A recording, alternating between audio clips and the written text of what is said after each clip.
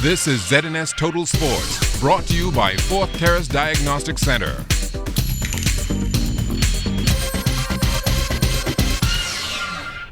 Welcome to sports, everybody. The Bahamas Olympic Committee announced a while back that it was a good chance that our men's national basketball team would join our men's volleyball team for competition at the CAC Games in November. And according to Vice President of the Bahamas Basketball Federation, Mario Bolig, even more good news may be on the horizon.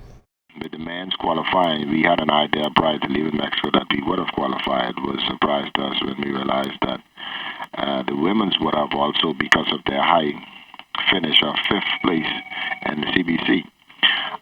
Still yet, we are working on some confirmation. We have been told by word of mouth that the women has been qualified. We're waiting for that in writing. However, we are proceeding to prepare both teams for competition. The inaugural IAAF World Relays were a big hit here in the Bahamas back in May, and Sports Minister Dr. Daniel Johnson says they're moving full steam towards 2015. We go to Monaco in November to do the final signings, but we have the approval of all the parties to proceed. So we'll get everything done in about a month or so.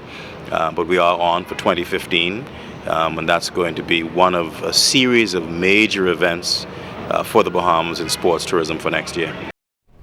USA Track and Field will host a 3-day Level 1 coaches course here in the capital. The course starts tomorrow and finishes up on Sunday. When you think about paying $175 for a course, when that would probably be a plane ticket, then another $300 for a room, and then transportation and even food to eat, you're beating it by a long street. The USATF has 3 persons coming in. I believe 2 of them are lecturers, so one will be a facilitator. We have Lawrence Seagrave, Scott Christensen, and Larry Judge. And I will be doing the jumps. A lot of the primary school coaches in the government school is going to be benefiting from this course. We have at least 50 or more primary school coaches that's going to be benefiting this. So we look for track and field to go to even greater heights as we look towards the future. The Bahamas Bodybuilding and Fitness Federation is gearing up for the CAC Championships in St. Martin, but that's not the only international competition they plan to attend before year's end. We have planned to go to Brazil this year because they're having their Congress meeting there and then the World Championship. And looking at the caliber of athletes that we have right now, 1 or 2, Jimmy Norris and perhaps maybe Bernard Davis, could represent the country at a world level. Bodybuilding has developed a lot of good talents over the last 2.5 years. It's been more than 20 years in the making, but over the next 2 weekends, the top C-class sloops in the country are expected to be in action during the Rock Sound Regatta, and the elimination series will take place this weekend in Montague Bay, with the top 12 sloops moving on to compete in Rock Sound next weekend, and the Junkanoo Carnival Committee has come on board as a sponsor. Our overall mandate is to stimulate economies throughout the islands of the Bahamas, and Bahamas Junkanoo Carnival brings together the cultural dynamics, and we just look forward to participating with other initiatives like homecomings, regattas, and celebrations throughout the length and breadth of the country.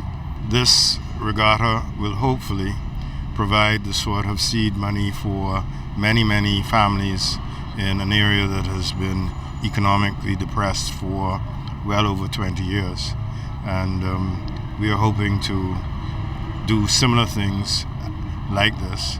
And the success of this first regatta is likely to spur other activities and other developments which will benefit all of the residents of Central and South Eleuthera.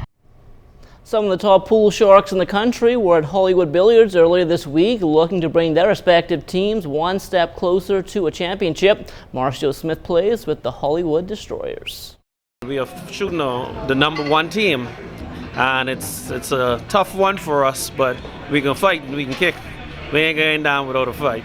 We just came from Vegas in the BCA International Championship.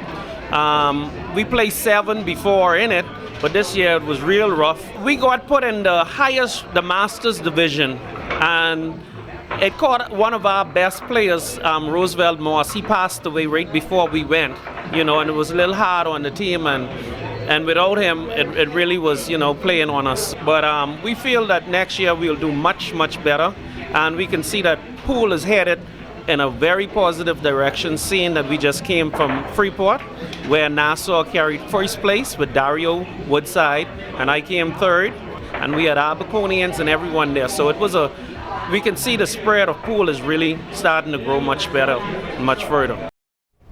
The Bahamas HBCU Classic took place on Saturday at the Thomas A. Robinson National Stadium, and as Kelsey Johnson tells us, a special group of Bahamians played a prominent role. Before the bands got to strike a tune, sporting giants who made significant contributions to the development of sports in the country were highlighted during the halftime show at the historical HBCU Classic. Among the honorees were past graduates of the two universities that battles on the gridiron this past weekend. It's a tremendous occasion. I'm exceedingly proud to be the recipient of this award, having attended Central State and witnessing them play a football game in my backyard. Never thought it would happen, but it's a pleasure to be at this event today, and I look forward to many others coming here and reproducing what we've done here this time. Going into Texas Southern University way back in 1978 on a full track and field scholarship, and to look back now in 2014, it's a long time, and I appreciate the achievement, and glad I had my wife right here with me, It certainly is an honor to receive this on behalf of our father, an idol in our lives. We certainly have much respect for him, and it's good to see that he's getting recognized for his accomplishments and what he has done. And we can only hope to receive as much accomplishments as he has lived a great life and set a lot of good ways for us to follow. Football has come a long way, but I think now the opportunity I see is, a game like this, we should have the stands full with young men who could have major opportunities to get off to school, man, and do something. Maybe they'll have some dreams to dream about. Dr. Daniel Johnson, Minister of Youth, Sports and Culture, said more Bahamians will be highlighted during major sporting events as a recognition for their contributions. Kelsey Johnson, ZNS Total Sports. All right, thanks a lot, Kelsey, and that will do it for sports. Have a good evening, everybody.